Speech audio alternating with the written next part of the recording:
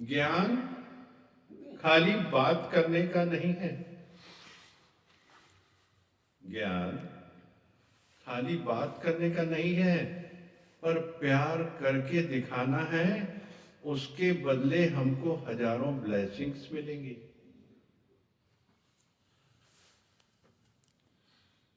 जो पेड़ है वो रात में बात करता है, पक्षियों से बोलता है कि आओ मेरे शेल्टर में सो जाओ, खड्डे खड्डे बने हुए हैं मेरे पेड़ों पेड़ों पे, आकर सो जाओ, बरसात से बच के, गर्मी से बच के सो जाओ। जब भी वो स्थिर है तो कोई उसकी शरण लेगा। पेड़ों ने भी कसम उठाया है कि निष्काम सेवा करेंगे। कितना बड़ा एग्जाम्पल।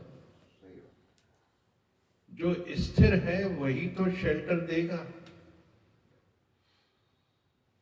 जिसके अंदर धीरज है, जिसके अंदर शांति है, वही सामर्थ्यवान है। किस तरीके से पेड़ का जीवन भी निष्कामता का जीवन है। आप पत्थर मारो, ऊपर से फल गिरते हैं। और किस तरीके से रात को वो पंछियों से बातें करता है, पंछियों को बुलाता है। कितना कितना सुंदर ज्ञान है इस एक लाइन के अंदर। संसार की निष्कामता भरी पड़ी है, एक जीवन का रहस्य छुपा हुआ है। इतने से ही अगर पकड़ ले तो कंप्लीट ज्ञान है, पूर्णता है। ज्ञान में पूर्णता है, संपूर्णता है। कर्म प्रधान जीवन है ये। और कौन सा कर्म? निष्काम कर्म। करना कौन सा कर्म है? निष्काम कर्म। तभी वो मुक्ति का मार्ग है। बाकी तो कर्म है, जीने के लिए कर्म है। और फल प्राप्ति के कर्म भी हैं। राजा दशरथ पुत्र कामेष्टि यज्ञ किया, बहुत पूजा पाठ किए, 4 पुत्र प्राप्त हो गए, बस समाप्त वहीं पे।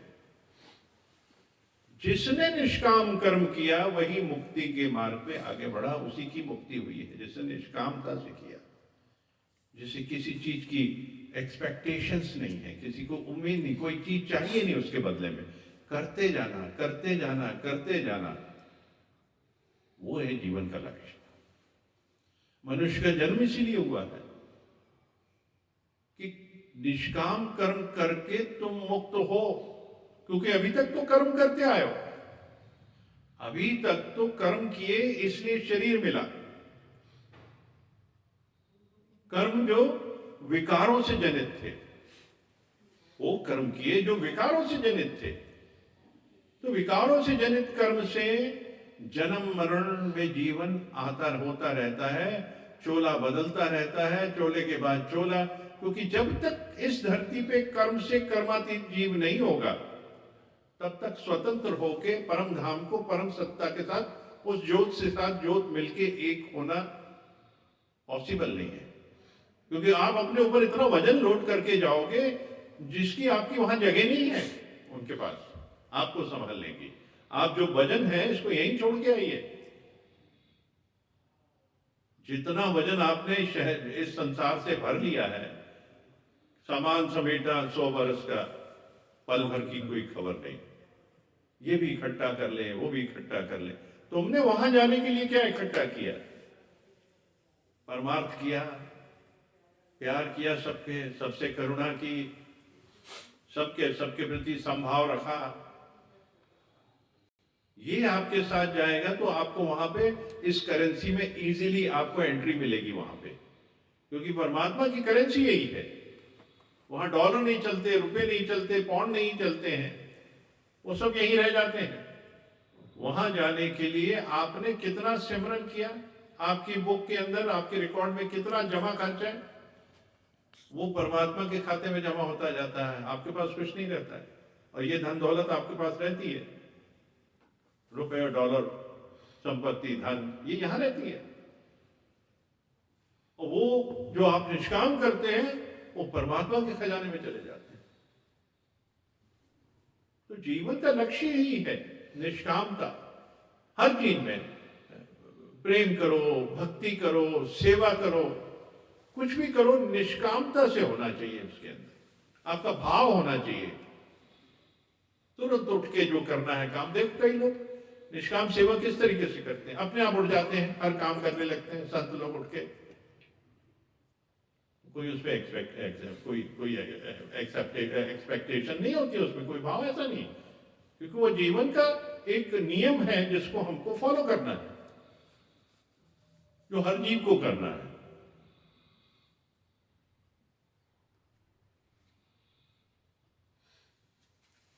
पेड़ों ने भी कसम उठाया है कि निष्काम सेवा करेंगे।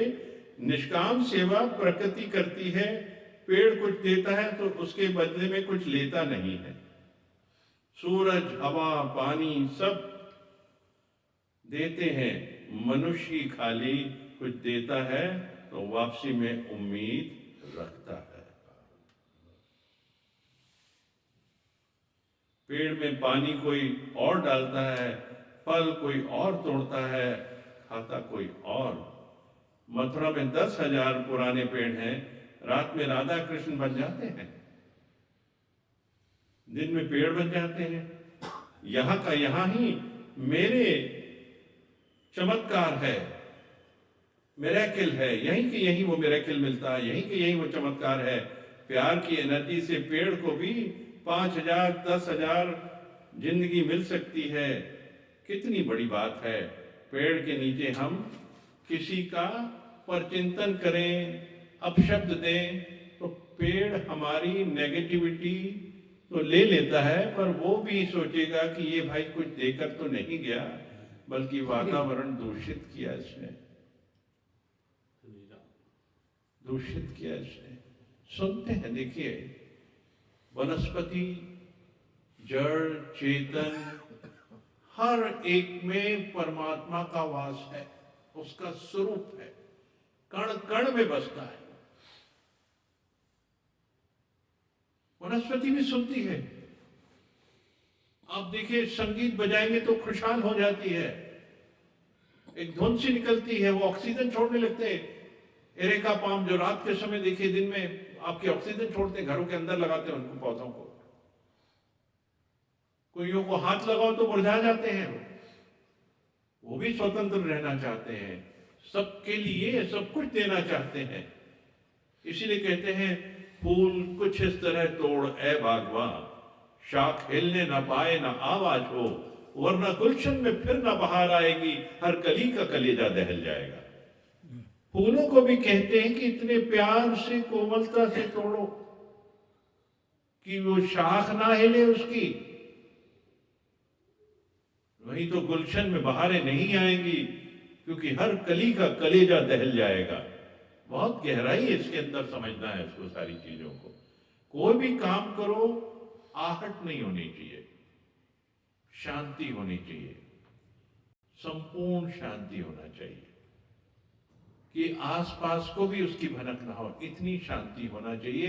आपका कोई भी काम ऐसा हो, सब अंदर अंदर होना चाहिए, तभी वो ज्ञान पल्लवित होता है, तभी वो ज्ञान बढ़ता है। वरना वो एनर्जीज चली जाती है, डिप्लीट हो जाती है। इनमें बहुत सी चीजें लिंक करो, हम सबको लिंक करना है हम लोग। इसलिए बिल्कुल यहां से जाते समय शोर नहीं होना चाहिए, चुपचाप उतर जाना चाहिए नीचे, एक भी आवाज पता नहीं चलनी चाहिए, मौन में जाना चाहिए और मौन में आना चाहिए अंदर। सिर्फ ज्ञान चर्चा, और कोई चर्चा नहीं। आज जो सीधा इंडिकेट कर रहे हैं भगवान श्री, यहाँ पे इंगित कर रहे हैं हम सबके लिए कि मौन, शांति, स्थिरता, सिर्फ बात करनी है, तुम परमात्मा की बात करनी है, कोई और बात करनी ही नहीं है। न माया का, न धन का, न तन का, क्योंकि यहां सिर्फ ज्ञान मंदिर है, सिर्फ ज्ञान की बात होनी चाहिए और ज्ञान स्वरूप बात होनी चाहिए। इतना ही चलते रहना चाहिए, तब उत्तमता है, तब चीजें बढ़ती हैं। क्योंकि यहां की एनर्जी को हमको दूषित नहीं करना है, इस एनर्जी को बरकरार करना और बढ़ाना है। कहीं की भी हो, किसी स्थान की भी हो, आपके घर की भी हो, आपके बिजनेस प्लेस की भी हो, आप जहां जा रहे हो वहां आपकी एनर्जी एक अलग रूप होना चाहिए उसका। आपके विचार आपके अंदर भरी हुई चीजों को पल्लवित करते हैं, परिलक्षित करते हैं, दिखाते हैं। जो आपके विचार हैं, जो आपके शब्द हैं, आप जिस बारे में सोचते हैं, जो आप बोलते हैं, तो पता चल जाता है आपके अंदर क्या है।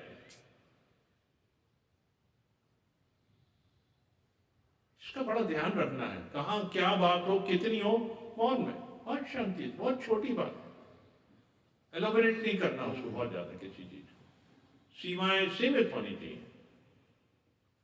ये है पूर्ण ज्ञान। गुरु की वाणी यही दर्शाती है कि हर चीज में आप अपने आप को समाहित करो, संयोजित करो, एक संयम में रखो, एक नियमावली के अंदर रखो।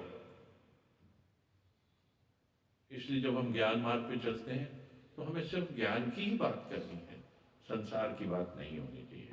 क्योंकि संसार तो फिर विकार, जो हमारा पूरा का पूरी एनर्जी ले जाते हैं, पूरी एनर्जी ले जाते हैं।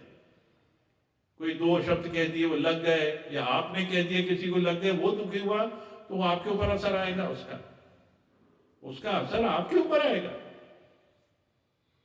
इसलिए इतना शांतिपूर्ण जीवन होना चाहिए, बिल्कुल धीरज वाला, शांति वाला, मौन वाला, कम से कम बोलने वाला। क्योंकि जितना ज्यादा बोलेंगे न कोई अंदर खजाने में चीजें पड़ी होती बाहर निकलने लगती, पुरानी पड़ी हुई निकलने लगती।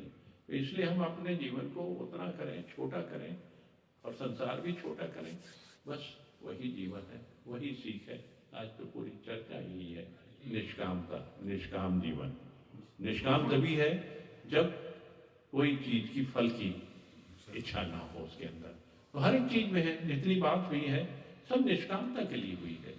जब आप इस तरफ मार्ग पे चलेंगे, अपने आप जीवन उन्नत होगा। जो आप सोचते कि मिले आपको, कृपा अपने आप आने लगेगी। सोचने की जरूरत नहीं पड़ेगी, कहने की जरूरत नहीं पड़ेगी, बताने की जरूरत नहीं पड़ेगी। किस तरीके बौद्ध भगवान बुद्ध ध्यान में बैठते थे, तो कैसे समझ जाते थे कि कोई उनके दर पे आया है, हांफते हुए आया है, दौड़ते हुए आया है कि मैं कुछ ले लूं, समझ लूं। वो आके बैठता है, आंखें भगवान की खुलती हैं और वो उसको मौन में होके वहां बैठ जाता है। थोड़ी देर बाद उसकी शांति हो जाती है, धीरज हो जाता है, और वो व्यक्ति चला जाता, मौन में ही सब समझ के चला जाता है। कोई शब्द देने की जरूरत नहीं पड़ती। यही ज्ञान है, मौन और निष्कामता, दो चीजों को फॉलो करनी है, वो पूर्ण ज्ञान की तरफ ले जाती है। ओम हरिओम हरिओम सत्संग।